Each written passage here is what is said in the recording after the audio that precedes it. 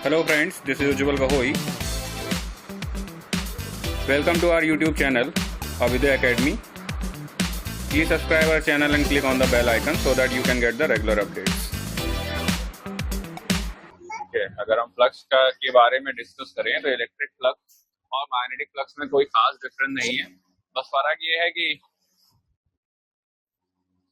Electrostatic flux में आप electric field lines consider करते थे और मैग्नेटिक फ्लक्स में आप मैग्नेटिक फील्ड लाइन कंसीडर करेंगे। ठीक है, बाकी और कोई ज्यादा डिफरेंस नहीं है, फॉर्मूला वही है। ठीक है, कॉन्सेप्ट भी लगभग वही है। अगर फ्लक्स के फॉर्मूले की हम बात करें तो आप फ्लक्स का फॉर्मूला कह सकते हैं बी डॉट ए, ठीक है, या बी ए कॉस थीटा। ठीक, तो अगर हम मैग्नेटिक फ्लक्स की बात करें, ठीक है, तो अगर हम मैग्नेटिक फ्लक्स की बात करें तो हम क्या कहेंगे, मैग्नेटिक फ्लक्स, इलेक्ट्रोस्टैटिक फ्लक्स को हम फाई ई से डिनोट कर रहे थे, मैग्नेटिक फ्लक्स को हम डिनोट करेंगे फाई बी से। ठीक है, फ्लक्स का सीधा सा मतलब है number of magnetic field lines. ठीक है, वैसे तो ये हम क्या कहेंगे, ऑब्वियसली बात है, मैग्नेटिक फील्ड पूरे स्पेस में यूनिफॉर्मली डिस्ट्रीब्यूटेड होगी या जो डिस्ट्रीब्यूशन है वो थ्रू आउट द स्पेस होगा, तो फिर ऐसे तो फ्लक्स निकालना पॉसिबल ही नहीं है। तो आप क्या कहोगे, आप जो मैग्नेटिक फील्ड लाइंस ड्रॉ करते हो उनका नंबर बस आप काउंट कर लोगे कि कितना नंबर पास हो रहा है दिए हुए सरफेस से, number of magnetic field lines. ठीक है, तो किसी भी एरिया से कितना फ्लक्स पास होगा उसके लिए आप उसके मैग्नेटिक फील्ड को मल्टीप्लाई कर दोगे किससे, एरिया से, तो बी इंटू ए। ठीक है, लेकिन आपको ये भी ध्यान रखना है कि केवल इतने से काम नहीं चलता है, डिपेंड करेगा किस पे, एरिया के ओरिएंटेशन पे भी डिपेंड करेगा। जैसे ये आपकी मैग्नेटिक फील्ड लाइंस हो गई, तो इस बात पे भी डिपेंड करेगा कि आपका जो एरिया है उसका ओरिएंटेशन क्या है। अगर आप इस तरह से एरिया रखोगे, ठीक है, इस तरह से एरिया रखोगे, ठीक, तो ऑब्वियसली बात है फ्लक्स क्या होता जाएगा, अलग अलग होता जाएगा। ठीक है, सबसे ज्यादा फ्लक्स कहाँ पास होगा, सबसे ज्यादा फ्लक्स पास होगा पहले वाले सरफेस से, इसी सरफेस से सबसे ज्यादा फ्लक्स पास होगा, इससे कम होगा, इससे जीरो हो जाएगा। ठीक है, जो फ्लक्स हो जाएगा थर्ड वाले से जीरो हो जाएगा, क्योंकि ये जो एरिया आपका है लास्ट वाला, ये मैग्नेटिक फील्ड लाइन के ही अलोंग रखा हुआ है। तो जब मैग्नेटिक फील्ड लाइन के अलोंग होगा तो इससे इसके अंदर से कोई भी फील्ड पास नहीं होगी। ठीक है, एग्जाम्पल के हमने पहले भी आपको बताया था कि आप ऐसे एक रिंग लें और रिंग को पानी में रखें। ठीक है, तो जिस ओरिएंटेशन में रिंग से पानी सबसे ज्यादा पास होगा वही ओरिएंटेशन लगभग आप फ्लक्स के लिए भी, या वही लगभग कॉन्सेप्ट आप फ्लक्स के लिए भी कंसीडर कर सकते हैं। ठीक है, तो ये ध्यान रखना है। तो यहाँ पर एक और टर्म आता है जिसे कहा जाता है एरिया। ठीक है, सॉरी, जिसे कहा जाता है एंगल। ठीक है, तो बी ए कॉस थीटा लिखते हैं टोटल। ठीक है, जैसे आपने ये वाला जो सरफेस लिया, ये वाला, इसमें आप क्या कहोगे, इसमें आप कहोगे जो प्रोजेक्शन एरिया आएगा ना उस सरफेस का, वो आपको काउंट करना होगा। आप पूरा एरिया नहीं ले सकते, और वो एरिया क्या हो जाएगा, वो जाएगा, अगर ये ए आप मान रहे हो, तो ये एंगल अगर आप थीटा मान रहे हो, ये एरिया ए मान रहे हो, तो ये हो जाएगा ए कॉस थीटा। ठीक है, और जब इसे वेक्टर फॉर्म में कन्वर्ट किया जाता है तब लिख दिया जाता है vector B dot vector A. इसमें मैग्नेटिक फील्ड क्या हो जाएगी, मैग्नेटिक फील्ड हो जाएगी बी, और ए हो जाएगा आपका एरिया वेक्टर। ठीक है, एरिया वेक्टर क्या होता है, एरिया वेक्टर सरफेस के परपेंडिकुलर होता है, मतलब अगर आप लेंगे तो इस तरह से लेंगे। ठीक है, और मैग्नेटिक फील्ड हो जाएगी इस तरह से, ये एंगल थीटा बनेगा। तो कुल मिला के बस आप फॉर्मूला ये ध्यान रखो कि जो आपका मैग्नेटिक फ्लक्स है वो क्या हो जाएगा, हो जाएगा बी ए कॉस थीटा।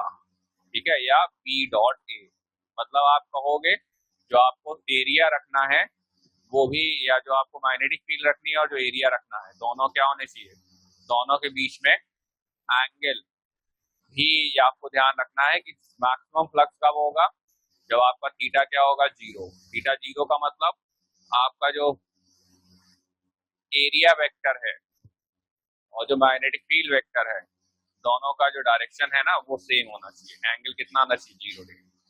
ठीक, तो ये ध्यान रखना है, सरफेस का ओरिएंटेशन नहीं होता है, एरिया वेक्टर का होता है, और एरिया वेक्टर क्या होगा, एरिया वेक्टर सरफेस के परपेंडिकुलर होगा, उसी से आप क्या निकालोगे, फ्लक्स की वैल्यू निकालोगे। ठीक है, तो ये हो जाएगा आपका फ्लक्स। ठीक, तो पहले तो फ्लक्स कैलकुलेट करना है, मतलब फ्लक्स, तो आप सबसे पहला टास्क हमारा होगा किसी भी क्वेश्चन में फ्लक्स कैलकुलेट करना।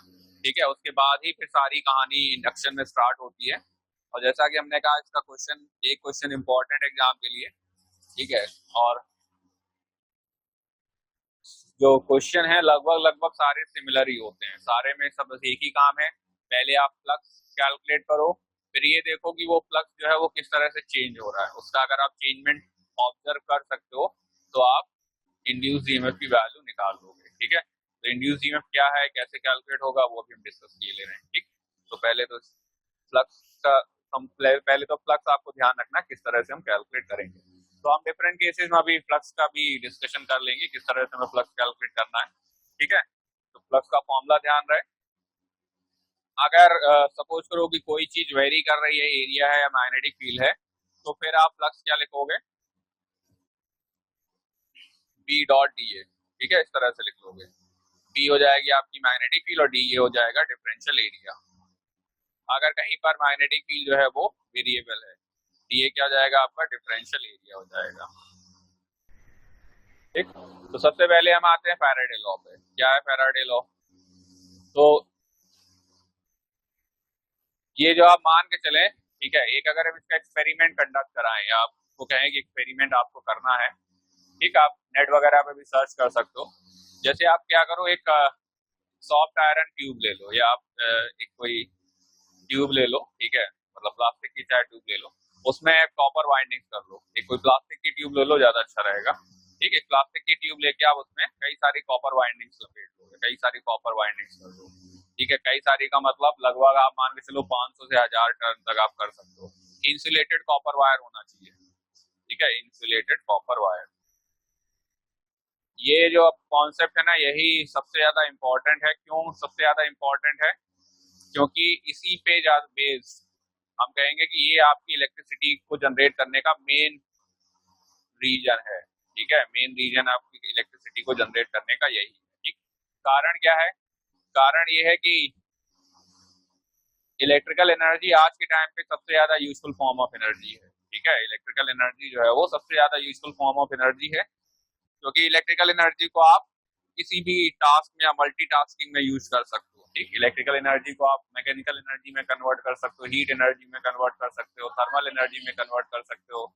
ठीक है, तो इसलिए जो है वो इलेक्ट्रिकल एनर्जी इंपॉर्टेंट है। ठीक, और मैग्नेटिज्म या इलेक्ट्रोमैग्नेटिक इंडक्शन एक ऐसा हम कहेंगे कि जरिया है या एक ऐसा मेथड है जो आपकी इलेक्ट्रिकल एनर्जी को जनरेट करने में हेल्प करता है। ठीक, जैसे ये जो हम एक्सपेरिमेंट आपको बता रहे हैं, आप एक कोई पाइप ले लें, ठीक है, प्लास्टिक का हॉलो पाइप ले लें और उसमें कई सारी कॉपर इंसुलेटेड कॉपर वाइंडिंग्स कर लें, और इसमें एक मैग्नेट को डालने के बाद, ठीक है, इसमें एक मैग्नेट को बीच में डाल दीजिए और यहाँ एक एलईडी कनेक्ट कर दीजिए। ठीक, ठीक है, और इसमें जो आपने मैग्नेट डाला है ना, इस मैग्नेट को दोनों साइड से हाथों से बंद करके, ये ध्यान रहे कि आपको पूरे में कॉपर वाइंडिंग नहीं लगानी है।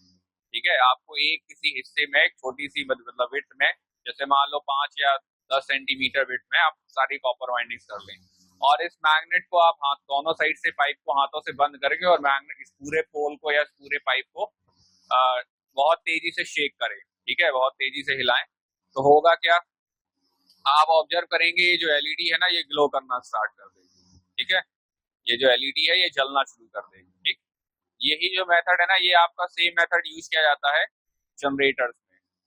ठीक है, जनरेटर्स में इस तरह से ना करके, जनरेटर्स में कॉइल को एक मैग्नेटिक फील्ड के बीच में रोटेट किया जाता है, एक दो मैग्नेट रख के उनके बीच में एक मैग्नेटिक एक कॉइल को रोटेट किया जाता है। ठीक है, तरीका मतलब कॉन्सेप्ट वही है, बस तरीका अलग है। ठीक है, जो कॉन्सेप्ट है वो वही है, बस तरीका थोड़ा सा डिफरेंट है। क्या डिफरेंट है, देखो सबसे पहली बात, आपने क्या किया, आपने इलेक्ट्रिसिटी इस एलईडी को ग्लो किया। ठीक है, या एलईडी ग्लो होने लगी, इसका मतलब क्या हुआ, इलेक्ट्रिसिटी जनरेट हुई। ठीक है, इलेक्ट्रिसिटी जनरेट हुई। अब ये इलेक्ट्रिकल एनर्जी आई कहां से, ठीक, ये इलेक्ट्रिकल एनर्जी आई जब आपने क्या किया, पाइप में आपने मैग्नेट को रख के बहुत तेजी से जब शेक किया, तो आपकी जो जो मैकेनिकल एनर्जी थी, ठीक है, वो कन्वर्ट हो गई इलेक्ट्रिकल एनर्जी में। भाई आपने जो शेक करने में जो मेहनत की होगी ना, वही मेहनत आपकी किस में कन्वर्ट हो गई होगी, इलेक्ट्रिकल एनर्जी में कन्वर्ट हो गई होगी। ठीक, ऑब्वियस सी बात है, ये बहुत एफिशिएंट वे तो है नहीं, क्योंकि आपने जो मेहनत की होगी वो बहुत ज्यादा होगी। एफिशिएंट वे ये होता है जनरेटर वाला। इसमें आप क्या करते हैं, इसमें कॉइल को आप रोटेट करते हैं, तो उससे क्या होता है, जब आप कॉइल को रोटेट करते हैं ना, तो इस कॉइल से पास होने वाली मैग्नेटिक फील्ड लाइन टाइम के साथ साथ चेंज होती है, और जब मैग्नेटिक फील्ड लाइन टाइम के साथ साथ चेंज होती है तो क्या होता है, तो वहां पर एक इंड्यूस करंट आ जाता है। ठीक, अब ये सारा डिस्कशन अभी हम करने वाले हैं, पहले तो आप समझे कि हुआ क्या है। ठीक है, तो मेन आपको ये ध्यान रखना है कि जो कॉन्सेप्ट है ना, वो कॉन्सेप्ट यही है इस तरह से। ठीक, ठीक है, तो मैकेनिकल एनर्जी को इलेक्ट्रिकल एनर्जी में कन्वर्ट करना, यही आपका मेन टास्क था। ठीक, क्योंकि जो जैसे रनिंग वाटर जो है ना, उसमें क्या होता है, उसमें आपकी मैकेनिकल एनर्जी है, और वो मैकेनिकल एनर्जी कहाँ से आती है, वो मैकेनिकल एनर्जी आपकी आती सन से। ठीक है, तो सन की मैकेनिकल एनर्जी या सन की एनर्जी को वाटर में कन्वर्ट हो गई, वाटर में मैकेनिकल एनर्जी में, और उस मैकेनिकल एनर्जी को आपने इलेक्ट्रिकल एनर्जी में कन्वर्ट कर लिया। और यही हम कहेंगे कि, और जो इलेक्ट्रिकल एनर्जी जनरेट हुई है वो आप किसी भी अदर फॉर्म ऑफ एनर्जी में यूज कर सकते हो। ठीक है, चलो तो इसके बाद अब आगे आते हैं। तो थोड़ा ध्यान रखना है कि इंडक्शन में मतलब एक तरह से हम कहेंगे करना क्या है हमें, तो करना हमें ये है कि पहले तो आपको कैलकुलेट करना है फ्लक्स। ठीक है, पाई। उसके बाद फैराडे ने ये बताया था कि अगर आप किसी भी लूप से पास होने वाले फ्लक्स को टाइम के साथ साथ चेंज करते हैं, या दो बॉडी जिनके बीच में मैग्नेटिक फील्ड लाइंस का इंटरेक्शन है, या एक बॉडी की फील्ड लाइन दूसरे बॉडी से पास हो रही है, ठीक है, या जो फ्लक्स पास हो रहा है, अगर उसे आप टाइम के साथ साथ चेंज कर सकते हैं, तो वहां पर क्या जाएगा, वहां पर आपका इंड्यूस्ड ईएमएफ जनरेट हो जाएगा। ठीक है, और जितना आप तेजी से फ्लक्स को चेंज करेंगे, पाई बी का चेंजमेंट जितना फास्ट होगा, ठीक है, उतना ही क्या होगा, उतना ही आपको, या उतना ही इंड्यूस्ड ईएमएफ ज्यादा होगा। ठीक, जनरेटर तो हमें लगता सभी ने देखा होगा, देखा है ना, क्या होता है जनरेटर में। जनरेटर में आपके अगर हम बड़े तरीके से कहें तो दो पार्ट होते हैं, एक होता है आपका इंजन और दूसरा होता है आपका डायनेमो। होता है, पता है ना कौन सा पार्ट, किसको हम इंजन कह रहे हैं, किसको डायनेमो कह रहे हैं। Yes sir. ठीक है, इंजन का काम क्या होता है, इंजन का काम केवल और केवल होता है रोटेशन जनरेट करना। ठीक है, हाई एनर्जी रोटेशन जनरेट करना। ऑब्वियसली बात है, जो इंजन आपका है जरूरी नहीं है आप हमेशा डायनेमो के साथ ही कनेक्ट करके रखें, उसको आप कहीं भी यूज कर सकते हो। ठीक, जैसे आजकल उसका बहुत ज्यादा यूज कहाँ हो रहा है इंजन का, है पता किसी को आजकल कहाँ यूज कर रहे हैं, किसी को आइडिया है, ऑब्जर्व किया करो थोड़ा आसपास अपनी चीजें। आजकल उसका सबसे ज्यादा यूज हो रहा है ट्यूबवेल। ट्यूबवेल में जुगाड़ गाड़ी में। जुगाड़ गाड़ी मतलब गन्ने वाली जो आती है, गन्ने का जूस निकालने वाली, देखी है, यस सर। उसमें जनरेटर ही लगा होता है, कभी ध्यान दिया है, इंजन लगा होता है, मतलब डायनेमो नहीं होता है, केवल इंजन होता है। उसी को वो पहिए को चलाने में भी यूज कर लेते हैं, उसी को वो जूस वाली मशीन चलाने में भी यूज कर लेते हैं। नॉर्मली आप जूस वाली मशीन में जाएंगे, गन्ने की जूस वाली में, वहां पर भी जनरेटर यूज होता है। ठीक, तो जनरेटर आप कहीं भी यूज कर सकते हैं, चक्की में यूज कर सकते हैं। ठीक, कुल मिला के बात वही है, जो मोटर का काम होता है ना, वो जनरेटर वहां कर रहा होता है। बस जनरेटर में क्या होता है, मोटर में आपकी इतनी ज्यादा पावर नहीं जनरेट होगी, लेकिन जनरेटर में जनरेट हो जाएगी। ठीक है, तो उसको आप जूस वाली मशीन से कनेक्ट कर सकते हो, या फिर नॉर्मली हम कहेंगे कि अगर आपको इलेक्ट्रिसिटी अवेलेबल नहीं है तो आप जनरेटर यूज कर सकते हो।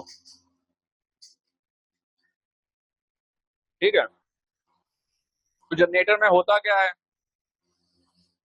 तो जनरेटर देखो इतना ज्यादा एफिशिएंट तो नहीं होता है।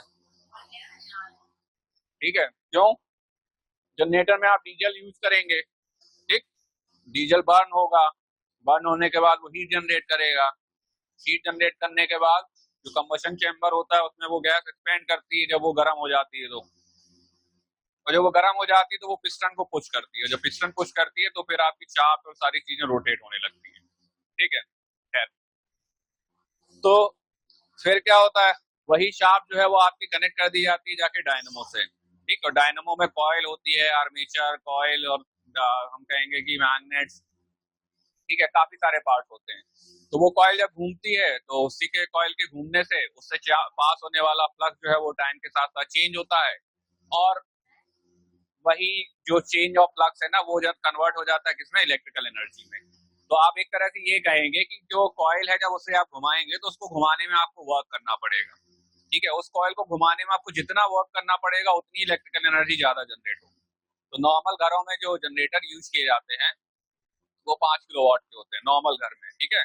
बड़े बड़े हम कहेंगे कि मॉल्स में या होटल्स में आपका जो जनरेटर है वो 50 किलोवाट से 100 किलोवाट या 200 किलोवाट तक भी हो सकता है, डिपेंड करता है रिक्वायरमेंट क्या है, ठीक है। नॉर्मल होटल्स में आप ऐसे मान चलो 20 किलोवाट से कम का तो जनरेटर नहीं यूज होता जहां पर रूम वगैरह है, क्योंकि डिपेंड करता है कंजम्पशन क्या है, ठीक है। तो कुल मिला के बात वही है, जितना बड़ा डायनमो होगा उतना ही वर्क ज्यादा करना पड़ेगा, उतना ही आपको हैवी इंजन रिक्वायर्ड होगा, ठीक है। तो जो पावर प्लांट वगैरह होते हैं ना उनमें तो 100 मेगावाट और उससे भी ज्यादा बड़े आपके डायनमो होते हैं, ठीक। तो वहां पर तो एक बहुत बड़ा डैम बना के बहुत सारी जो मैकेनिकल एनर्जी है ना वाटर की उसको यूज किया जाता है, ठीक। तो आपको ये ध्यान रखना है, हमारे लिए मैकेनिकल एनर्जी जनरेट करना आसान है, हम खुद भी मैकेनिकल एनर्जी जनरेट कर सकते हैं, ठीक है। हम अपना जो है वर्क तो कर ही सकते हैं। तो जैसे जो आप कहेंगे कि एक तरह से हम कहें जो ऐसे एरिया हैं जहां पर इलेक्ट्रिसिटी नहीं पहुंच सकती है, ठीक, तो वहां पर क्या यूज किया जाता है, या तो वहां सोलर पैनल्स यूज किए जाते हैं लाइट इलेक्ट्रिसिटी जनरेट करने के लिए। और मान लो सनलाइट भी नहीं है, सनलाइट कहाँ नहीं होगी, जैसे आपके पोल्स हो गए, ठीक है, अंटार्कटिका हो गया या यहाँ पर, तो यहाँ पर जो सब स्टेशन वगैरह होते हैं ना वहां पर फिर जो लैम्प वगैरह यूज किए जाते हैं उनको हाथ से चार्ज करना पड़ जाता है। उसमें एक हैंडल रहता है जिसको आप घुमाते हैं, घुमाने से क्या होता है इलेक्ट्रिकल एनर्जी जनरेट होती है, उस इलेक्ट्रिकल एनर्जी से आपकी बैटरी चार्ज हो जाती है। समझ में आ रही बात, ठीक है। Yes sir. तो हमें कुल मिला के ये समझना है कि फ्लक्स किस तरह से चेंज होगा और फ्लक्स के चेंज होने को हम किस तरह से इलेक्ट्रिसिटी में कन्वर्ट करेंगे। तो फ्लक्स का आपका फॉर्मूला क्या आया था, फ्लक्स का फॉर्मूला था phi equal to B A cos theta, ठीक है, ठीक, ये आ गया। तो पहले तो आप ये ध्यान रखें कि जो फैराडे ने जो लॉ दिया था उसने उन्हें ये कहा था कि जो आपका ईएमएफ इंड्यूस होगा वो बराबर किसके हो जाएगा, हो जाएगा d phi upon D t के, ठीक है, d phi b upon D t, ठीक। Rate of change of magnetic flux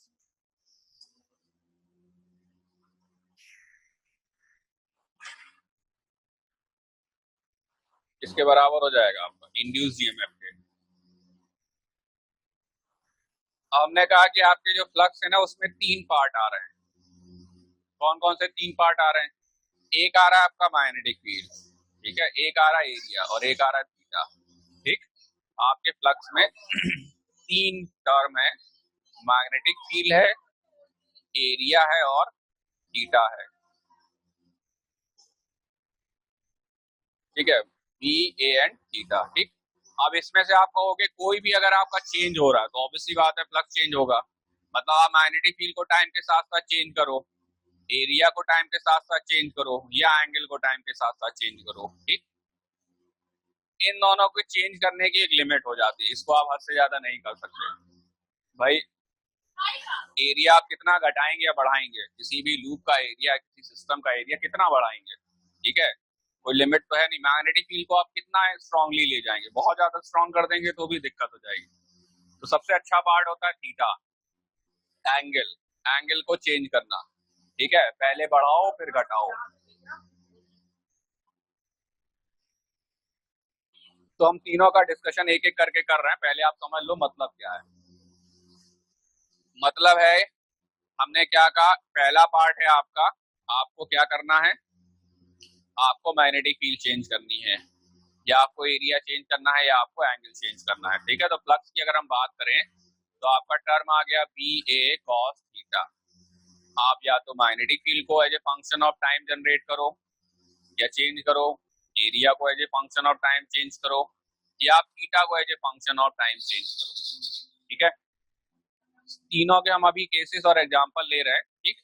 लेकिन जो वास्ट एप्लीकेशन है ना आपका, ठीक है, रियल लाइफ में वो थीटा का है, क्योंकि थीटा क्या था, थीटा था आपका angle between magnetic field and area,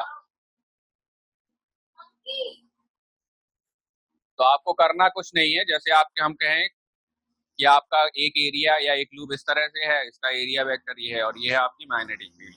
तो आप केवल क्या करो, इस लूप को घुमाना चालू कर दो या एक हैंडल लगा दो, ठीक है, और हैंडल से इस लूप को घुमाना चालू कर दो। तो जब इस लूप को आप घुमाओगे तो अपने आप ही एरिया वेक्टर क्या होने लगेगा, इसके साथ साथ मैग्नेटिक फील्ड के साथ एंगल को घटाने बढ़ाने लगेगा। थीटा चेंज हो जाएगा, थीटा चेंज हो जाएगा तो फ्लक्स चेंज होगा, फ्लक्स चेंज होगा तो इस लूप में ईएमएफ इंड्यूस होने लगेगा। ठीक है, तो ये आपकी कहानी हो गई किसकी, एंगल को चेंज करने की। यही सब में यूज किया जाता है आज के टाइम पे, ठीक है, क्योंकि एसी सोर्स जनरेट करना यही इससे सबसे आसान होता है। आप जिस फ्रीक्वेंसी से इस लूप को घुमाएंगे ना, वही आपकी एसी सोर्स की या इस करंट की फ्रीक्वेंसी हो जाएगी। ठीक है, तो जितने भी आपके हम कहेंगे कि जनरेटर्स हैं, पावर प्लांट्स हैं, ठीक है, या जो भी इलेक्ट्रिसिटी के सोर्स आपके हैं, उनमें सब में यही प्रिंसिपल यूज किया जाता है। ठीक, तो अब लेकिन हमने क्या कहा, हमें सारे डिस्कस करने हैं, तो पहले एक एक करके डिस्कस करना शुरू करते हैं। ठीक है,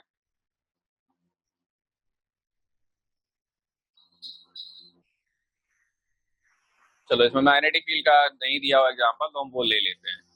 पहला एग्जांपल हम ले लेते हैं, हमें बी चेंज करना है। ठीक है, magnetic field as a function of time change करना है। तो हमने मान लिया कि हमें एक लूप दिया हुआ है, अब ये भैया खुद से करना पड़ेगा आपको। ठीक है, ये है नहीं, मतलब इसमें दिया नहीं है।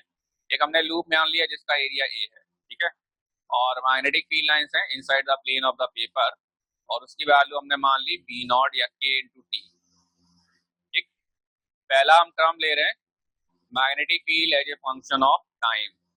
ठीक है, तो हमने कहा एक लूप हमने ले लिया जिसका एरिया हमने मान लिया ए, और मैग्नेटिक फील्ड हमें दी हुई है के into t as a function of time. इन कहाँ दी हुई है, inside the plane of the paper, inside the plane of the paper. ठीक है, अब क्या करेंगे, हम फ्लक्स निकालेंगे पहले। तो फ्लक्स क्या हो जाएगा, बी इंटू ए। बी की वैल्यू क्या है, के टी इंटू में एरिया। अब आप यहाँ पर क्या कहेंगे, जो आपकी फील्ड मैग्नेटिक फील्ड और एरिया वेक्टर, भाई फील्ड इस लूप के परपेंडिकुलर है, एरिया वेक्टर भी इस लूप के परपेंडिकुलर होगा, तो दोनों की जो डायरेक्शन है दोनों एक ही डायरेक्शन में हो जाएंगे। तो आपका फ्लक्स क्या आ गया, फ्लक्स आ गया आपका के ए इंटू में टी। ठीक है, अब क्या करोगे आप, जो वी इंड्यूस हो जाओ करो निकालोगे, तो क्या जाएगा minus D phi upon D t. ठीक है, तो अब minus D phi upon D t करोगे तो फाई आपने कैलकुलेट कर ही लिया था। ठीक है, फ्लक्स आपने कैलकुलेट कर लिया था, इसे आप डिफरेंशिएट कर दो।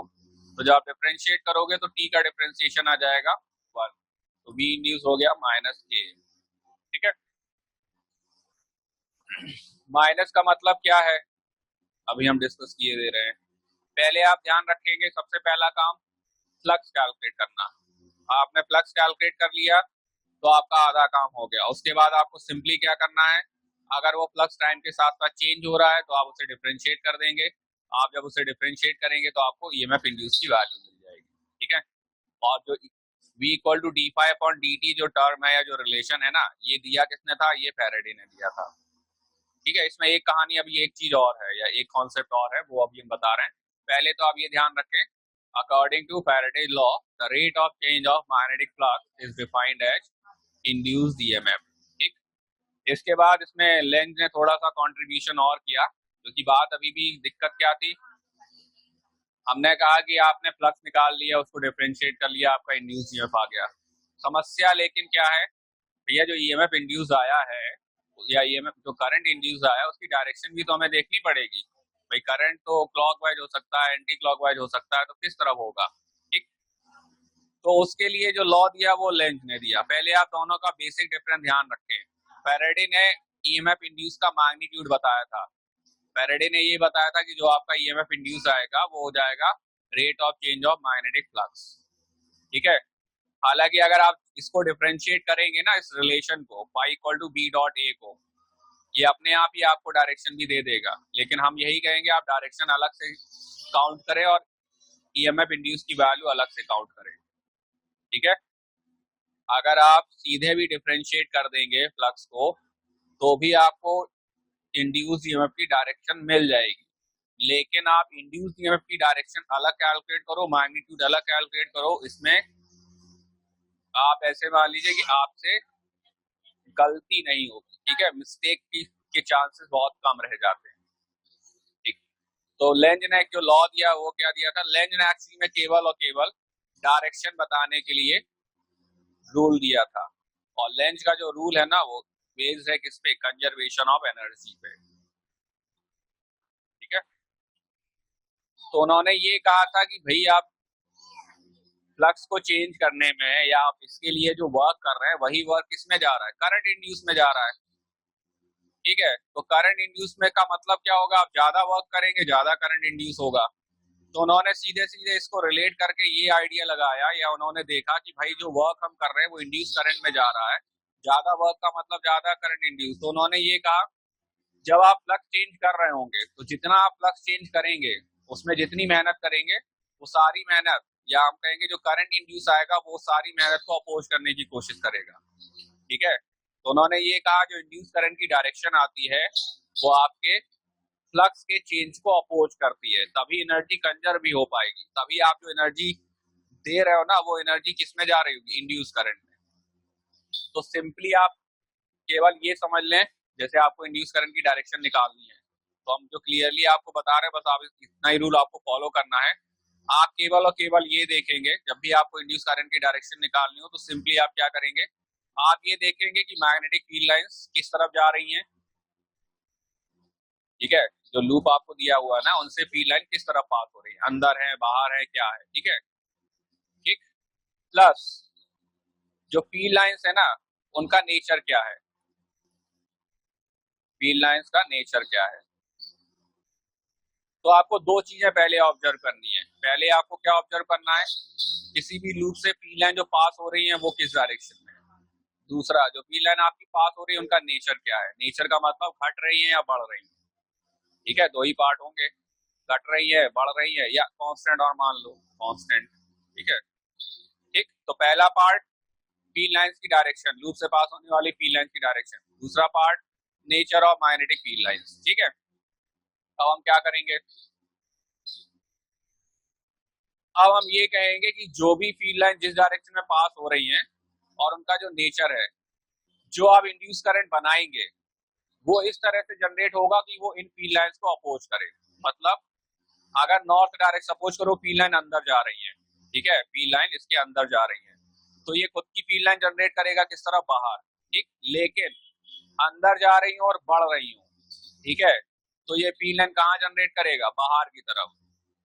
चलो हम लिख दे रहे हैं, ठीक है, किसी लूप से हमने कहा फील्ड लाइन इस तरफ पास हो रही है और इंक्रीज कर रही है, बढ़ रही है, तो ये जो फील्ड लाइन जनरेट करेगा ये इसको अपोज करने के लिए जनरेट करेगा इस तरफ, किस तरफ करंट आएगा, अगर फील्ड लाइन अंदर जा रही है बढ़ रही है तो ये अपनी खुद की फील्ड लाइन किस तरफ जनरेट करेगा, बाहर की तरफ। करंट की डायरेक्शन क्लॉकवाइज या एंटी क्लॉकवाइज, यहाँ पर हम खड़े हो जाएं तो हमें क्या दिखेगा, हमें दिखेगा इस लूप की फील्ड लाइन बाहर आ रही है, बाहर आ रही है मतलब कौन सा पोल, किसी लूप से फील्ड लाइन बाहर आती हुई दिखाई दे कौन सा पोल होगा,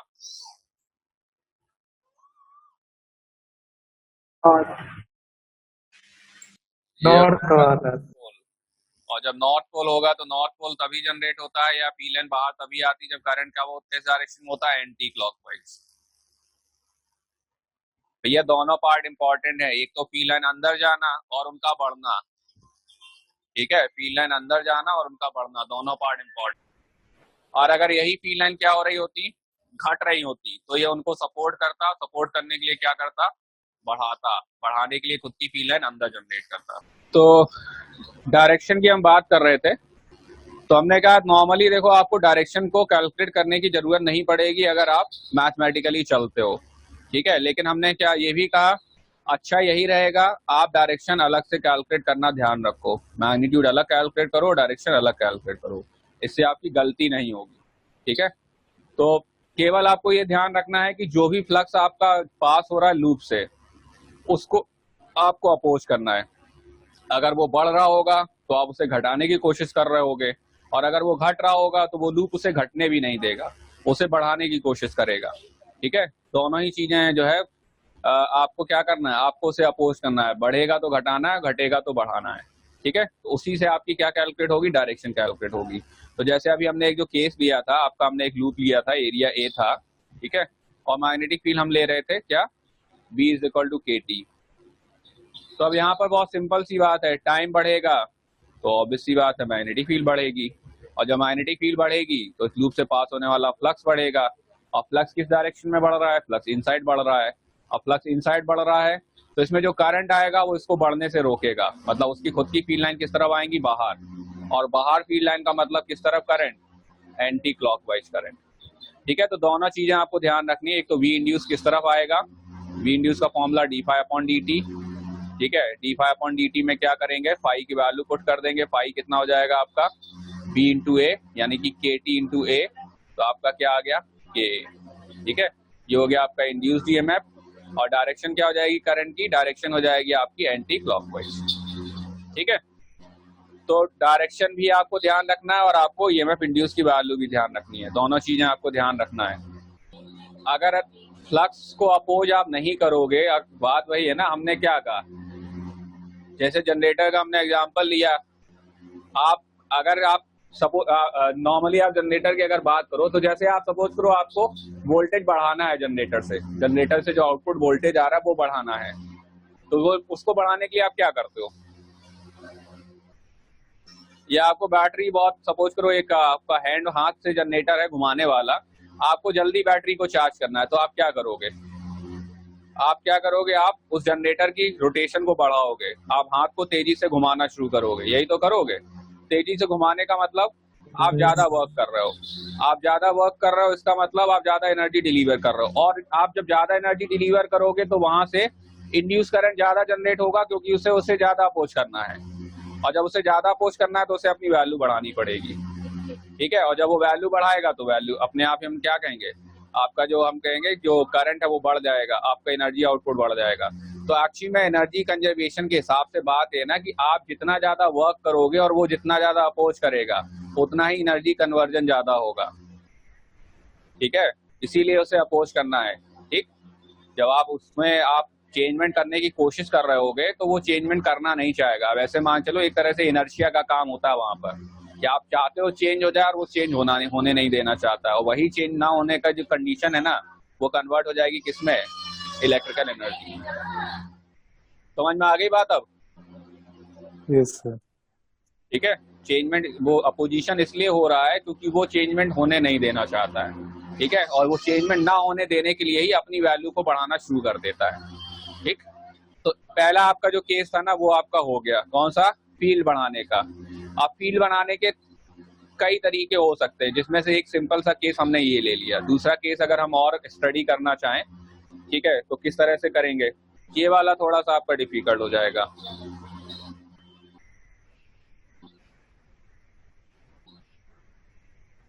अरे हम डायरेक्शन केवल एक्सप्लेन कर रहे थे, अभी हमने कुछ बताया नहीं है किस तरह से इंड्यूस करंट की डायरेक्शन आएगी। अब वो अभी बहुत सारी चीजें आएंगी उसमें, अभी बहुत पूरा यही चलना है, तो उसको पर टेंशन ना लो।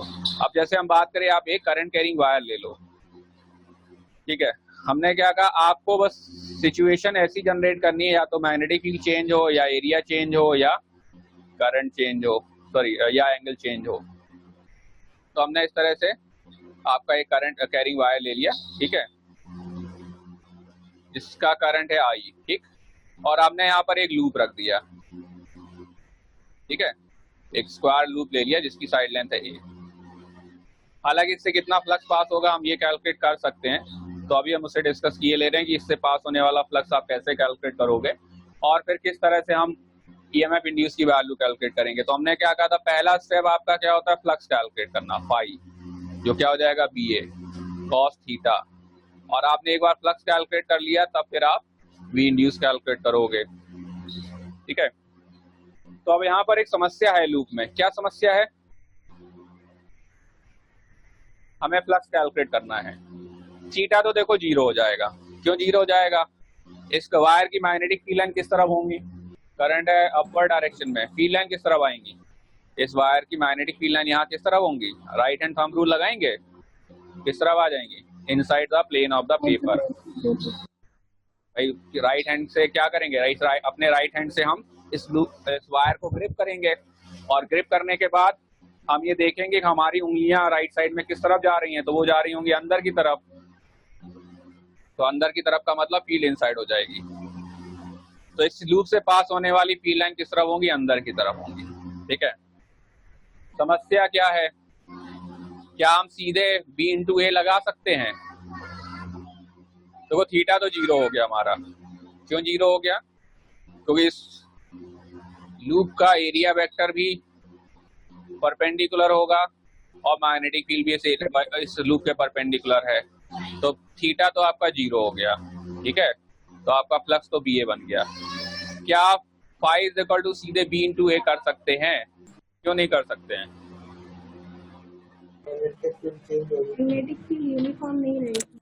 मैग्नेटिक फील्ड आपकी यूनिफॉर्म नहीं रहेगी। फॉर्मूला क्या होता है मैग्नेटिक फील्ड का? फॉर्मूला होता है म्यू नॉट आई अपॉन 2 पाई ए। अब समस्या क्या है? समस्या तो ये है ना कि ए हम लें क्या, हर बार डिस्टेंस क्या होती जाएगी, हर बार डिस्टेंस तो चेंज होती जाएगी। भाई ये तो आपकी मैग्नेटिक फील्ड का फॉर्मूला हो गया करंट कैरिंग वायर की, म्यू नॉट आई अपॉन 2 पाई ए। अब दिक्कत क्या हो रही है यहाँ पर? दिक्कत तो ये हो रही है कि हर पॉइंट पे फील्ड क्या है, अलग अलग है। तो हमें क्या दिक्कत हो जाएगी? अब फील्ड लोगे क्या, इस पॉइंट वाली लोगे या इस पॉइंट वाली लोगे? ठीक है, तो हमें क्या करना पड़ेगा, जब भी वेरिएबल वाला केस आए आप इंटीग्रेशन करोगे। ठीक है, इंटीग्रेशन करेंगे तो क्या करेंगे, इंटीग्रेशन में हम मान लेंगे x डिस्टेंस पे हमने एक छोटा सा स्ट्रिप काट लिया, कितना dx विड्थ का, और इसका निकाल लेंगे हम एरिया, इस स्ट्रिप का एरिया निकाल लेंगे। और यहाँ हम ये मानेंगे इस पूरी स्ट्रिप के दौरान आपकी मैग्नेटिक फील्ड में कोई भी चेंजमेंट नहीं होगा, या चेंजमेंट होगा भी तो बहुत स्मॉल होगा। ठीक है, कैलकुलस का कॉन्सेप्ट ही यही है। क्या कॉन्सेप्ट है? आप इतना छोटा डिफरेंशियल एलिमेंट काटते हैं, आइडियली देखा जाए तो यहाँ पर मैग्नेटिक फील्ड अलग होगी mu not I upon 2 pi x, और यहाँ हो जाएगी mu not I upon 2 pi x plus D x. लेकिन हम क्या कहेंगे, dx बहुत छोटा है तो लगभग कांस्टेंट रहेगी। ठीक, अब ये जो स्ट्रिप काटी इसका एरिया क्या आएगा, ये जो स्ट्रिप आपने काटी इसका एरिया क्या आएगा, ADX। इसका एरिया हो जाएगा ADX। ठीक है, ADX डिफरेंशियल एरिया कह देंगे। यहाँ पर मैग्नेटिक फील्ड क्या होगी, इस पॉइंट पे कितनी डिस्टेंस पे लिया है, x डिस्टेंस पे। ठीक है, और ये विड्थ क्या है आपकी, ये आपकी लेंथ है a, है ना, स्क्वायर लिया था ना साइड लेंथ a का। ये विड्थ क्या है आपकी स्ट्रिप की, dx। तो कितना आ जाएगा एरिया, ADX। ठीक है, मैग्नेटिक फील्ड क्या होगी यहाँ पर, B हो जाएगी आपकी म्यू नॉट आई अपॉन 2 पाई। तो आपको फील्ड पता चल गई, आपको फील्ड पता चल गई कितनी है, आपको एरिया पता चल गया। आप क्या निकालोगे, आप d फाई डिफरेंशियल फ्लक्स कितना हो जाएगा, B into D A. B की जगह क्या रख दोगे, mu not I upon 2 pi x, और A की जगह क्या रख दोगे, ADX। ठीक है, अब जो जो कांस्टेंट है उनको अलग कर लो। क्या क्या कांस्टेंट है आपके, कांस्टेंट है आपके म्यू नॉट आई अपॉन 2 पाई और यहाँ A, और बच गया dx अपॉन x। ठीक है, अब इसको क्या करते हैं हम, इंटीग्रेट। ठीक है, इंटीग्रेशन की लिमिट की बात आती है तो एरिया मतलब लूप कहाँ से शुरू हुआ और कहाँ तक गया है, आपको केवल ये देखना होगा। लूप कहाँ से स्टार्ट हुआ और कहाँ तक गया, आपको केवल ये ऑब्जर्व करना है। तो हम मान ले रहे हैं यहाँ ये जो वैल्यू है ना, ये वैल्यू आपकी है a। ठीक है, ये भी a मान ले रहे हैं, थोड़ा आसानी हो जाएगी। तो कहाँ से लूप स्टार्ट हुआ, x की वैल्यू कहाँ से लेके कहाँ तक ले जाएंगे, A से 2 x की वैल्यू स्टार्ट करेंगे a से 2a। तो यहाँ लिख ले रहे हैं, आपका पाई आ जाएगा इंटीग्रल, चलो इंटीग्रेशन से बाहर निकाल दो इसको, पाई आपका आ जाएगा म्यू नॉट आई अपॉन 2 पाई, या a और था dx अपॉन x, और लिमिट कहाँ से कहाँ, a से 2a तक। dx अपॉन x का इंटीग्रेशन क्या जाएगा, ln x। उसके बाद अपर लिमिट लोअर लिमिट क्या बन जाएगा, ये सबसे पहले ln 2a minus ln a, ln 2 आ जाएगा। ठीक है, तो ये आपका टोटल फ्लक्स आ गया। तो हम एक बार कहानी फिर से मतलब पूरा यहाँ ब्रीफ में लिख दें। आपकी सिचुएशन का जो फ्लक्स निकल के आया, वो फ्लक्स निकल के आया ये फ्लक्स किस सिचुएशन में था, ये फ्लक्स था, आपने अगर एक करंट कैरिंग वायर लिया है और उसके बगल में आपने क्या रखा है, उसके बगल में आपने एक करंट कैरिंग सॉरी एक लूप रखा है। ठीक है, ये पूरी कहानी थी। तो फ्लक्स हमने कहा आप फ्लक्स कैलकुलेट कर लोगे तो आपका आधे से ज्यादा काम हो जाएगा, फिर आपको इतनी दिक्कत नहीं आएगी। अब जैसे वी इंड्यूस निकालना है तो वी इंड्यूस का एक ही फॉर्मूला होता है, वो होता है d∅/dt। अब समस्या क्या है यहाँ पर, म्यू नॉट अपॉन 2 पाई, इसकी वैल्यू के बारे में आप क्या कहेंगे, कैसी होगी? ये होगी आपकी constant, a constant, ln2 constant. बात टिक गई आपके किसके ऊपर, करंट के ऊपर, और होना भी चाहिए। क्यों? क्योंकि इस लूप से पास होने वाली मैग्नेटिक फील्ड लाइन का जो सोर्स था ना, वो ये करंट था। ठीक है, अब अगर ये कांस्टेंट होगा तो फ्लक्स भी कांस्टेंट होगा, और अगर फ्लक्स कांस्टेंट होगा तो आपका इंड्यूस्ड ईएमएफ सीधे सीधे क्या हो जाएगा, 0। और अगर ये current as a function of time होगा तो आपका फ्लक्स भी as a function of time होगा, क्योंकि फ्लक्स सीधे सीधे किसके प्रोपोर्शनल आ गया है, करंट के। और जब flux as function of time होगा तो फिर आपका ईएमएफ इंड्यूस हो जाएगा यहाँ पर। ठीक है, तो थोड़ा सा इसमें देखो कुछ खास नहीं है। नॉर्मली हमने क्या कहा, इलेक्ट्रोमैग्नेटिक इंडक्शन में या ये जो केस पूरा जो सिचुएशन है ना, ये बहुत ज्यादा टफ नहीं है। ठीक है, सिंपल सा एक ही मेथड है, वही घुमा फिरा के आपसे पूछा जाएगा। ठीक, लेकिन इसका एक क्वेश्चन जरूर आता है एग्जाम में, एग्जाम के पॉइंट ऑफ व्यू से ये ज्यादा इंपॉर्टेंट है। ठीक है, तो आप जैसे जैसे फ्लक्स आपने कैलकुलेट कर लिया, अब अगर आपको ईएमएफ इंड्यूस निकालना है तो बहुत सिंपल सा काम क्या करना होगा आपको, आप वी इंड्यूस इक्वल टू क्या करोगे, d∅/dt। अब इसे डिफरेंशिएट करोगे तो mu naught a upon 2 pi ln2, ये तो बाहर आ जाएगा और सारी कहानी करंट के ऊपर जाके टिक जाएगी। अब ये di/dt अगर टाइम के साथ साथ चेंज हो रहा है तो इसकी वैल्यू आएगी, और नहीं चेंज हो रहा है तो उसकी वैल्यू नहीं आएगी। ठीक है, एग्जाम्पल की अगर हम बात करें तो हम ले लें current I0 sin omega t। ठीक है, करंट हम क्या ले लें, I0 sin ओमेगा t। अब यहाँ करंट आप पुट कर दोगे तो I0 तो बाहर आ जाएगा, किसका डिफरेंशिएशन बन जाएगा, साइन ओमेगा t का डिफरेंशिएशन क्या आ जाएगा, ओमेगा कॉस ओमेगा t।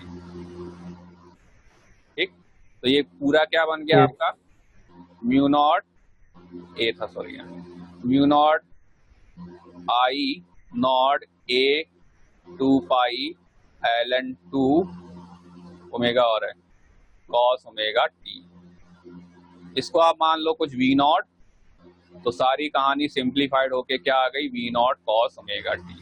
तो आपका जो ईएमएफ इंड्यूस आ रहा होगा ना, वो एक एसी सोर्स हो जाएगा। ठीक है, वैल्यू क्या हो गई आपकी, V0 कॉस ओमेगा t। समझ में आ गई बात, V0 की वैल्यू क्या हो जाएगी, mu naught I0 a omega ln2 upon 2 पाई।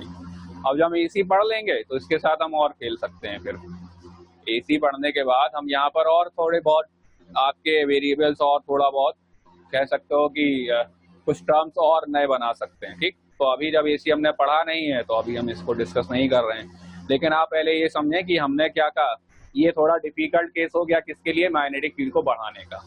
तो एक ये हो गया, इसके बाद अब हम आगे आते हैं। तो अब हम मैग्नेटिक फील्ड के चेंज वाले केसेस यहीं ड्रॉप कर रहे हैं। फिर हम क्योंकि बात ये ना, अभी क्वेश्चन वगैरह करेंगे। देखो इसमें मेन जो आपका कॉन्सेप्ट है, वो कॉन्सेप्ट तो इतना ही था कि आपको क्या करना है, आपको फ्लक्स कैलकुलेट करना है, उसको डिफरेंशिएट करना है, डायरेक्शन ऑफ करंट निकालना है। ठीक है, बाकी इसमें कुछ खास नहीं है। ठीक, लेकिन बात है ना कि केसेस इसमें अलग अलग कई सारे हो सकते हैं। ठीक, हर सिचुएशन में आपको सोचना पड़ेगा अपने हिसाब से कि आप फ्लक्स कैलकुलेट कैसे करो। तो पहले हम एक दो मतलब डायरेक्शन ऑफ करंट के एक दो केसेस ले लें, क्योंकि कुछ लोग 12th वाले जो हैं उनको डायरेक्शन ऑफ करंट भी पूछा जा सकता है, और मेंस में भी अब डायरेक्शन ऑफ करंट आ सकता है। ठीक है, तो जैसे हमने कहा एक करंट कैरिंग वायर हमने ले लिया। ठीक है, कांस्टेंट करंट पास हो रहा है, infinitely long current carrying wire ले लिया, इससे जो करंट पास हो रहा है ना वो कांस्टेंट है, और आप एक लूप इसकी तरफ लेके आ रहे हो और यहाँ से लूप एक लेके जा रहे हो। हमें निकालना है इन दोनों लूप में कितना, मतलब डायरेक्शन ऑफ इंड्यूस करंट क्या आएगा। पहले तो आप थोड़ा ये ध्यान रखें, क्या ध्यान रखें, ठीक है, एक क्वेश्चन हम मान के चलो आपको हम दे भी रहे हैं, चैलेंजिंग सवाल है। सवाल क्या है सुन लो। क्वेश्चन है, एक हमें करंट कैरिंग वायर दिया है आई, करंट है उसमें, लूप है आपका सर्कुलर। निकालना है flux passing through this loop. आसान सवाल नहीं है, ध्यान रहे, ठीक है। ये क्वेश्चन जो है वो इजी क्वेश्चन नहीं है। रेडियस हमने मान ली r है और ये डिस्टेंस हमने मान ली क्या है, x मान लो x, और x की जो वैल्यू है ना वो r से बड़ी है। ये क्वेश्चन आसान नहीं है, ठीक है, सवाल जो है वो आसान नहीं है। आप करने को ट्राई कर सकते हो। रेडियस हम करंट आप मान लो आई नॉट, ठीक है, और इनफाइनाइटली लॉन्ग वायर है। तो अभी इसको हम ड्रॉप मतलब इसको हम हटा दे रहे हैं, अपना घर पे ट्राई करना। अभी हम क्वेश्चन जो हमारा था वो केवल एक सिंपल सा सवाल था, हमें direction of induce current calculate करना था, ठीक है। तो किस तरह से हम direction of induce current calculate करेंगे, तो यहाँ पर हमें निकालना है। एक में हम लूप को वायर की तरफ ले जा रहे हैं, दूसरे में हम लूप को वायर से दूर ले जा रहे हैं। तो जब वायर को मतलब लूप को वायर की तरफ लाओगे तो क्या होगा, इससे पास होने वाला फ्लक्स टाइम के साथ साथ बढ़ेगा, बढ़ेगा ना भाई। जितना लूप को आप पास लाओगे उतनी फील्ड स्ट्रांग होती जाएगी, उतना ही फ्लक्स बढ़ता जाएगा। किस तरफ फ्लक्स बढ़ेगा, किस तरफ आएंगी magnetic field lines, inside the plane. तो फ्लक्स भी इसी तरह बढ़ रहा होगा। तो जो लूप क्या करेगा, लूप उसको अपोज करेगा। अपोज करने के लिए खुद का फ्लक्स किस तरफ बनाएगा, खुद का फ्लक्स बनाएगा बाहर की तरफ। बाहर का मतलब नॉर्थ पोल, नॉर्थ पोल का मतलब एंटी क्लॉकवाइज करंट। समझ में आ गई बात? Yes sir. स्पेशली भैया 12th वाले, जो 12th का जिनको एग्जाम देना है, ये सवाल आता है 12th के एग्जाम में, ठीक है। तो इसलिए हमने बता दिया, बोर्ड मतलब जो 12th पास वाले ना उनके लिए बहुत ज्यादा इंपॉर्टेंट नहीं रखता। इधर क्या आएगा, इधर जरा मैं जल्दी बताओ कैलकुलेट करके, फिर हम आगे बढ़े। ये भी बहुत कहानी बड़ी है, नहीं पता चला सब जो है, टाइम ज्यादा लग जाएगा फिर। इसको जब आप दूर ले जाओगे तो क्या होगा, मैग्नेटिक फील्ड या फ्लक्स क्या हो जाएगा, घटेगा, फ्लक्स कम होगा। तो फ्लक्स कम होगा तो ये लूप उसे बढ़ाने की कोशिश करेगा। किस तरह फ्लक्स कम हो रहा होगा, पहले तो आएगा फ्लक्स आएगा किस डायरेक्शन में,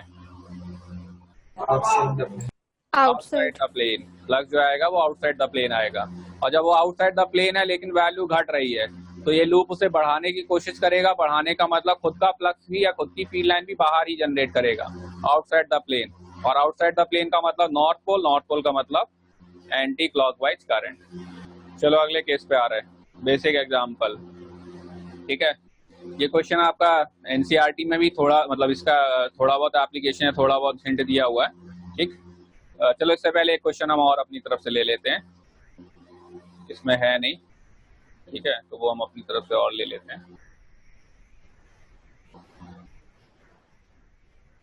तो पहला केस हमने कहा था आपको फील्ड लाइन बढ़ानी है, magnetic field as a function of time रखना था। अब दूसरा केस आता है area as a function of time, आपको एरिया बढ़ाना है। तो पहला एरिया बढ़ाने का केस या पहला एरिया बढ़ाने की सिचुएशन, तो सिचुएशन हम क्रिएट कर लेते हैं। कैसे क्रिएट करेंगे, हमने मान लिया हमें एक मैग्नेटिक फील्ड लाइन दी हुई है किसी स्पेस में inside the plane of the paper, ठीक है, इस तरह से। इस साइड है, इनसाइड है, ठीक है, अंदर की तरफ। एक लूप को आप लेके आए कहीं से, ठीक है, और यहाँ लाके आपने रख लिया, एक रेक्टेंगुलर लूप है।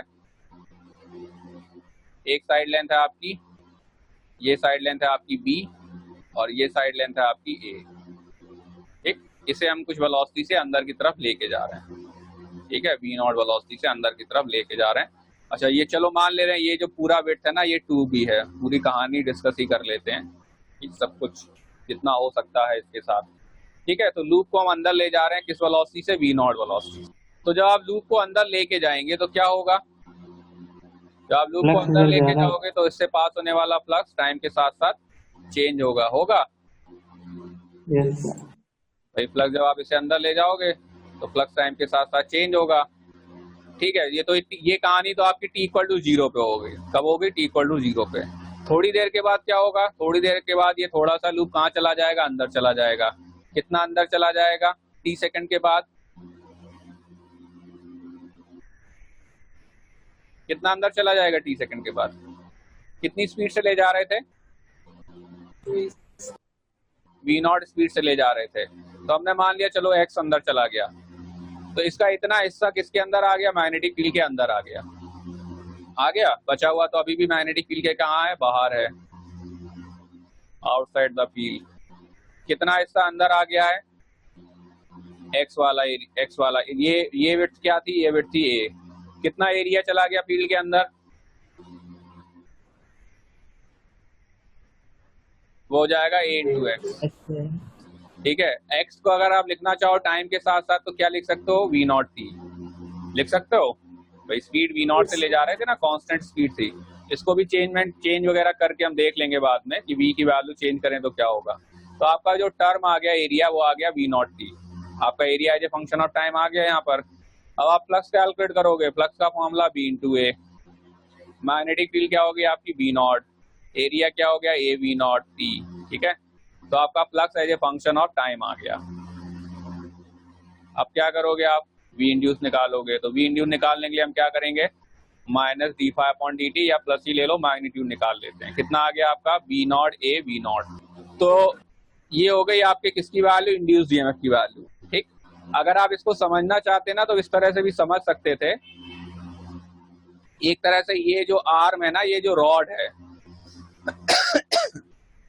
आप वी नॉट वेलोसिटी से मैग्नेटिक फील्ड के अंदर ला रहे थे। तो आपको अगर इंड्यूस ईएमएफ का फॉर्मूला याद हो तो फॉर्मूला क्या था, फॉर्मूला था BLV। याद है किसी को, BLV था ना। तो L की जगह क्या हो जाएगा, A, और V की जगह V नॉट। अब इसका हम अगर सर्किट बनाए तो आप थोड़ा ध्यान से समझ लेना। इसका सर्किट अगर हम बनाए तो हम कहेंगे यहाँ पर एक ईएमएफ इंड्यूस हो जाएगा, बाकी किसी भी आर्म में कोई ईएमएफ इंड्यूस नहीं होगा। केवल किसमें ईएमएफ इंड्यूस होगा, इसी में ईएमएफ इंड्यूस होगा। कितना, V not A V not का। अगर आपसे पूछा जाए इस लूप के चारों आर्म में से किस आर्म में ईएमएफ इंड्यूस होगा, तो आप कहोगे केवल ये जो ग्रीन से हमने बनाई है ना, इसमें ईएमएफ इंड्यूस होगा और किसी में नहीं होगा। अगर आप लिखना चाहो तो इसको लिख सकते हो ABCD। तो ईएमएफ केवल AB ब्रांच में इंड्यूस होगा, ना BC में होगा, ना CD में होगा, ना AD में होगा।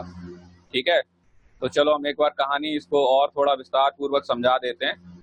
इधर हम मिटा दे रहे हैं इसको, हमें इंड्यूस ईएमएफ की वैल्यू मिल गई है। डायग्राम बनाना अपने आप में बड़ा टेढ़ा काम होता है। चलो पूरा मिटा देते हैं। ठीक है, फिर से हम एक बार जहां तक पहुंच गए थे वहां से फिर हम कहानी आगे बढ़ाना शुरू करते हैं। तो आपने ईएमएफ इंड्यूस तो निकाल ही लिया। ठीक है, अगर हम मान लें हमें रेजिस्टेंस जो है वो लूप का R दिया हुआ है। अब इसमें R के लिए भी आपसे अलग अलग कंडीशन बनाई जा सकती हैं। आपसे ये कहा जा सकता है कि हमें रेजिस्टेंस पर यूनिट लेंथ दिया है, तो आप टोटल पेरीमीटर काउंट करके टोटल रेजिस्टेंस निकाल लेंगे। ठीक है, इसका इक्विवेलेंट सर्किट अगर हम बनाए तो कुछ देर के लिए सर्किट इस तरह से हो जाएगा। यहाँ पर आप एक ईएमएफ इंड्यूस की बैटरी लगा लेंगे जिसकी वैल्यू हो जाएगी आपकी क्या, V not A V not. Resistance हो जाएगा R। ठीक है, तो आप जब I निकालोगे ना यहाँ, तो I क्या हो जाएगा आपका, I हो जाएगा V इंड्यूस बाय R, जिसकी वैल्यू क्या आ जाएगी, जिसकी वैल्यू आ जाएगी V not A V not by R। ठीक, ये आपका इंड्यूस करंट हो गया, डायरेक्शन हमने दिखाई दी। अच्छा, कब तक ये ईएमएफ इंड्यूस होगा, करंट देखो कांस्टेंट आएगा, करंट टाइम के साथ साथ चेंज नहीं होगा। फ्लक्स आपका टाइम के साथ साथ चेंज होगा। फ्लक्स की वैल्यू क्या आई थी, फ्लक्स की वैल्यू आई थी V not A V not T, यही आई थी ना टाइम के साथ में। तो हमने कहा था कि किसी जनरल टाइम पे तो आपका जो लूप आया था वो कुछ इस तरह से आ गया था। कितना हिस्सा अंदर था, V नॉट T हिस्सा अंदर था, बाकी हिस्सा कहाँ था, बाकी हिस्सा बाहर था। ये तो हिस्सा कितना हो गया था, ये हिस्सा हो गया था V नॉट T। ठीक है, किसी T equal to T time पे कितनी देर में पूरा का पूरा लूप अंदर आ जाएगा। कितनी साइड लेंथ है, ये V है ना, कितनी स्पीड से चल रहा है, V नॉट स्पीड से। कितना टाइम लगेगा B साइड लेंथ अंदर आने में, B बाई V नॉट। इतने देर में पूरा लूप अंदर आ जाएगा। और जब पूरा लूप अंदर आ जाएगा तो अब क्या, इस लूप से जितना मैक्सिमम फ्लक्स पास हो सकता था उतना फ्लक्स पास हो रहा है। क्या फ्लक्स की वैल्यू अब चेंज होगी? तो पहले ये समझें, T की वैल्यू 0 से लेके कहां तक, B अपॉन V नॉट तक, तो फ्लक्स आपका चेंज होगा। कितना फ्लक्स आएगा, पाई आएगा V not A V not T। क्या इसके बाद फ्लक्स चेंज होगा। अब ये पूरा लूप किसके अंदर जा चुका है? फील्ड के अंदर जा चुका है। अब जब पूरा लूप फील्ड के अंदर आ गया है तो भैया फील्ड पूरी इसमें से पास हो रही होगी, तो क्या इसमें से फ्लक्स चेंज होगा? अब फ्लक्स चेंज नहीं होगा। और जब फ्लक्स चेंज नहीं होगा तो हम क्या कहेंगे? जब फ्लक्स चेंज नहीं होगा तो ईएमएफ भी इंड्यूस नहीं होगा, मतलब करंट अब हो जाएगा जीरो। और ये बताओ कब तक जीरो रहेगा? अब कितनी दी थी हमने बिट इस पूरी फील्ड लाइन की? 2D। ये दी थी हमने 2B। कब तक फ्लक्स चेंज नहीं होगा? अब वी वाई वी नॉट के बाद फ्लक्स चेंज होना बंद हो गया। कब तक चेंज नहीं होगा? अब जब तक फ्लक्स बाहर नहीं निकलने लगेगा। कब बाहर निकलेगा? 2B अपॉन वी नॉट पे बाहर निकलेगा। तो इस पूरे इंटरवल के दौरान इस लूप में से कोई भी करंट जनरेट नहीं होगा। ठीक है, करंट क्या रहेगा? जीरो रहेगा। ठीक, फ्लक्स क्या रहेगा? कांस्टेंट रहेगा। ठीक है, तो आप जब कहेंगे लूप एंटर कर रहा होगा ना, तो एंटर करने के बाद बी वाई वी नॉट से लेके 2B बाई वी नॉट तक कोई भी फ्लक्स चेंज नहीं होगा। फ्लक्स मैक्सिमम हो चुका है। ठीक है, करंट की वैल्यू जीरो हो जाएगी। जब ये लूप बाहर निकलने लगेगा तो अब इसमें से फ्लक्स की वैल्यू क्या होगी? चेंज होना शुरू होगी। ठीक है, ये लो इस तरह से। ठीक, ठीक है, समझ में आ गई बात यहाँ तक? अब यस चलो सर। कुछ, अब इसमें फिर से आप जब बाहर निकालोगे ना, तो फिर से जब बाहर निकालोगे तो रिलेशन तो यही आएगा जो ऊपर हमने बनाया था आई का, वो रिलेशन वही आएगा। बस फर्क क्या हो जाएगा? अब फर्क ये हो जाएगा कि अब इसमें से फ्लक्स क्या हो रहा होगा? घट रहा होगा। अभी बढ़ रहा था ना, अब घटेगा। अब जब घटेगा तो ये बढ़ाने की कोशिश करेगा, और बढ़ाने की कोशिश करेगा तो किस तरह फ्लक्स जनरेट करेगा? इनसाइड। और इनसाइड का मतलब अभी भी करंट किस तरफ आएगा? करंट इसी तरफ आएगा। मतलब इसका अभी जो सर्किट बनेगा ना, वो अभी भी यही बनेगा। बस ये ध्यान रहे, पहले वाले केस में फ्लक्स बढ़ रहा था तो उसको घटाने की कोशिश कर रहा था। ठीक है, नहीं, एक पहले वाले फ्लक्स में, हाँ, फ्लक्स बढ़ रहा था, और बढ़ रहा था तो उसे क्या करना था? हमें कम करना था। कम करना था तो डायरेक्शन गलत बन गई ना ये। इसकी डायरेक्शन इस तरफ आएगी पहले वाले केस में, इधर ये इस तरफ होगा। बैटरी कैसे लगाओगे? ऐसे। इस वाले केस में बैटरी इस तरह से लगेगी। इक्विवेलेंट सर्किट भी ड्रॉ करना आना चाहिए आपको। पहले वाले केस में थोड़ा गड़बड़ हो गया है क्योंकि मैग्नेटिक फील्ड लाइन किस तरफ थी? अंदर की तरफ थी, तो फ्लक्स अंदर की तरफ बढ़ रहा होगा। जब बढ़ रहा होगा तो ये उसे घटाने की कोशिश करेगा। घटाने की कोशिश करेगा तो किस तरफ जनरेट करेगा? फील्ड लाइंस को, फील्ड लाइन को जनरेट करेगा एंटी क्लॉकवाइज सेंस में। ठीक है, और एंटी क्लॉकवाइज सेंस का मतलब बैटरी का टर्मिनल इस तरह से आएगा। यहाँ तक सबको समझ में आ गया है? हम तब ग्राफ वगैरह की तरफ आगे बढ़े। अब किस तरह से ग्राफ ड्रॉ करेंगे? ये सिंपल केस है। ठीक है, अभी केसेस इससे ज्यादा ही डिफिकल्ट हो जाएंगे, लेकिन ये एनसीईआरटी में इस तरह से दिया हुआ है, थोड़ा घुमा के दिया हुआ है। किस तरह से घुमा के दिया है वो हम बता देंगे, लेकिन पहले आपको समझ में आना चाहिए कि सारी प्रोसेस या सारी कहानी है क्या। ठीक है, अब हम ग्राफ पे आते हैं।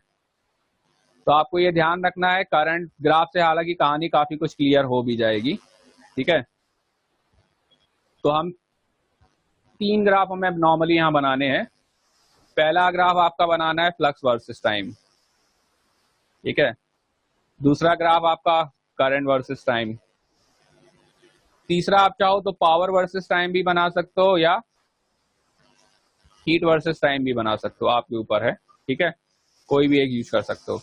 तो फ्लक्स में हम क्या कहेंगे? फ्लक्स की वैल्यू पहले बढ़ रही थी और वैल्यू आई क्या थी? V not A V not T. आपसे फंक्शन लिखने के लिए कहा जाए तो आप क्या कहोगे? फ्लक्स की वैल्यू, ये वैल्यू कहां से कहां तक के लिए होगी? 0 से लेके बी अपॉन वी नॉट तक। फिर क्या हो जाएगी? फ्लक्स की value V not A B, कहां से कहां तक? बी अपॉन वी नॉट से लेके 2B अपॉन वी नॉट तक। ठीक है, फिर फ्लक्स क्या होने लगेगा? फिर फ्लक्स घटना शुरू हो जाएगा। ठीक, अब घटना शुरू हो जाएगा तो आप क्या लिखोगे? अब आपको यहाँ पर टाइम लिखना है ना, कहां से कहां तक? 2B अपॉन वी नॉट से लेके 3B अपॉन वी नॉट तक। अब थोड़ा ध्यान ये रखना है कि वैल्यू जब आप पुट करो ना, तो आपका फ्लक्स का आंसर आना चाहिए, मतलब 3B अपॉन वी नॉट पे क्या आ जाना चाहिए? 0 आ जाना चाहिए। तो आप लिखोगे B not A V not यहाँ पर लिखोगे 3b by V not minus T. Check कर लो सही लिखा है कि नहीं। ये वैल्यू डालोगे तो आपका क्या आ जाएगा, B not A b not A b आ जाएगी। ये वैल्यू डालोगे तो क्या आ जाएगा, 0 आ जाएगा। ठीक है, तो ग्राफ बनाते हैं। ग्राफ इंपॉर्टेंट है, ध्यान रखना है। तो पहले देखो फ्लक्स बढ़ा है, टाइम के पास सीधे प्रोपोर्शनल था, तो ग्राफ इस तरह से आ जाएगा। फिर क्या हो गया, फ्लक्स कांस्टेंट हो गया। कब तक, जब तक लूप बाहर नहीं निकलने लगा, मतलब कहां से कहां तक, बी अपॉन वी नॉट से लेके 2b अपॉन वी नॉट तक। फिर क्या हो गया, फ्लक्स घटने लगा। कहां तक घटेगा, 3b अपॉन वी नॉट तक। ये किसका ग्राफ हो गया, 5 वर्सेस 3। समझ में आ गई बात। सर ठीक है, वैल्यू अगर आप लिखना चाहो तो ये वैल्यू आपकी क्या हो जाएगी, ये वैल्यू हो जाएगी आपकी B not A B. Current की बात करें, करंट, तो करंट देखो क्या आया था, करंट आया था आपका वी इंड्यूस बाय आर,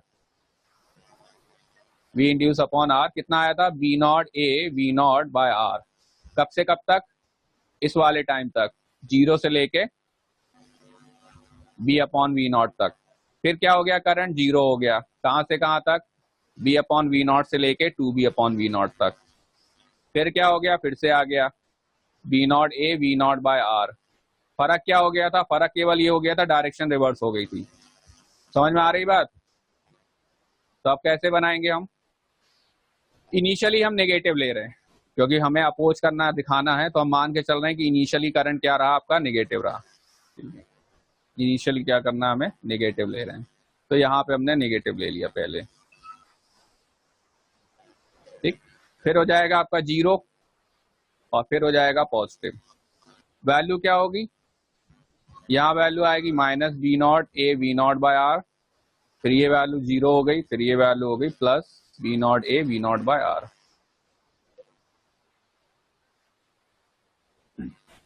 ठीक है, जब आप पावर लिखोगे ना तो पावर क्या हो जाएगा आपका, पावर हो जाएगा आपका आई स्क्वायर आर। ठीक, तो फर्क कुछ नहीं पड़ेगा। ये जो करंट नेगेटिव ले रहे थे ना, अब नेगेटिव नहीं आएगा, ये आपको पॉजिटिव ही रखना होगा।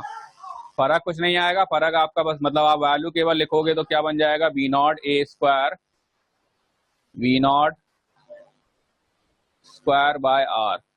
तो ये जो ग्राफ था ना आपका, ये दोनों साइड पॉजिटिव ही बन जाएगा, मतलब यहाँ बीच में पावर 0 हो जाएगी। ठीक है, लेकिन यहाँ पॉजिटिव ही रहेगी, मतलब कुछ इस तरह से ग्राफ आएगा। ठीक, तो ये सारी कहानी हो गई आपकी किसकी, ग्राफ की। आपको फ्लक्स वर्सेस टाइम ग्राफ देखना है, आपको करंट वर्सेस टाइम ग्राफ देखना है, और आपको पावर वर्सेस टाइम ग्राफ